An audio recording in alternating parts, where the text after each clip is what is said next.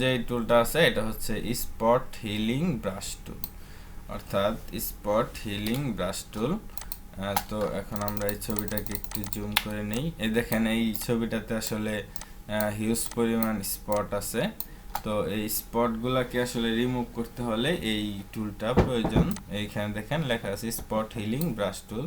তো আমরা একটা স্পটের উপর ক্লিক করে দেখেন স্পটটা চলে গেছে। তো আমরা যদি এভাবে আস্তে আস্তে যদি এটা ইউজ করতে থাকি তো একসময় দেখা যাবে যে এই ছবিটা একদম টোটালি ক্লিয়ার হয়ে গেছে। এই দেখেন। তো আমি এই ছবিটা একটা লেয়ার করে নেই, এটা আপনাদেরকে ইজিলি বোঝানোর জন্য। তো আমি এটা একটা লেয়ার করে নিলাম। তো আমি নিচের লেয়ারটাতে কাজ করতেছি, এই যে স্পট হিলিংটা এখানে আমি সিলেক্ট করে নিলাম। তারপর এখানে যে সিলেক্ট করা থাকবে কন্টেন্ট অ্যাওয়ার। তো আমি এটার সাইজটা একটু বড় করে নিচ্ছি। অর্থাৎ এটা কন্টেন্ট অ্যাওয়ার ছিল আপনার যেই ভালো যে অংশটা আছে সেখান থেকে কন্টেন্টটা নিয়ে এই ফটোশপের এআইটা এটা অটোমেটিকলি এটার স্পটগুলা এখান থেকে রিমুভ করে দেবে। দেখেন এই আস্তে আস্তে কিন্তু স্পটগুলো এখান থেকে অটোমেটিকলি কমে যাচ্ছে। এই যে স্পটগুলো অটোমেটিকলি কমে যাচ্ছে।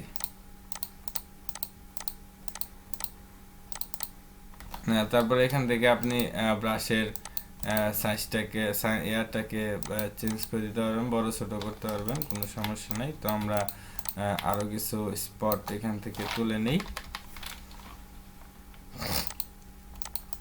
এই দেখেন এই স্পটগুলো কিন্তু অটোমেটিকলি এখান থেকে সরে যাচ্ছে।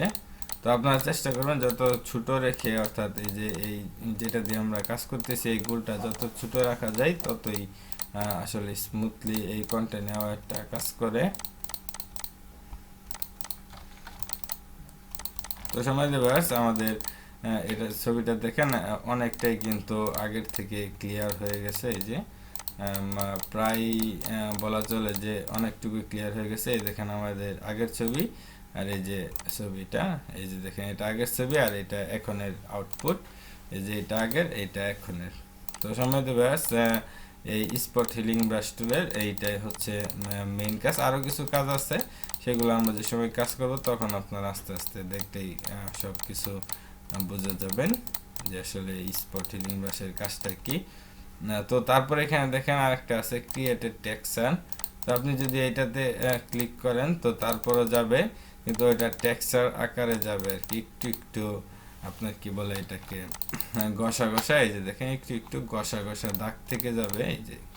আর যদি আপনি কন্টেন্ট অ্যাওয়ারে সিলেক্ট করেন তাহলে ওটা একদম স্মুথলি চলে যাবে। তারপর এখানে আরেকটা অপশন দেওয়া আছে, এটাতে দিলে দেখেন এটাও মোটামুটি হচ্ছে ভালোই।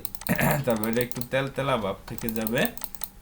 তো সবচেয়ে ভালো হচ্ছে আপনি কন্টেন্ট অ্যাওয়ার দিয়ে সিলেক্ট করবেন, সিলেক্ট করে দেখেন একদম স্মুথলি এগুলা চলে যাবে।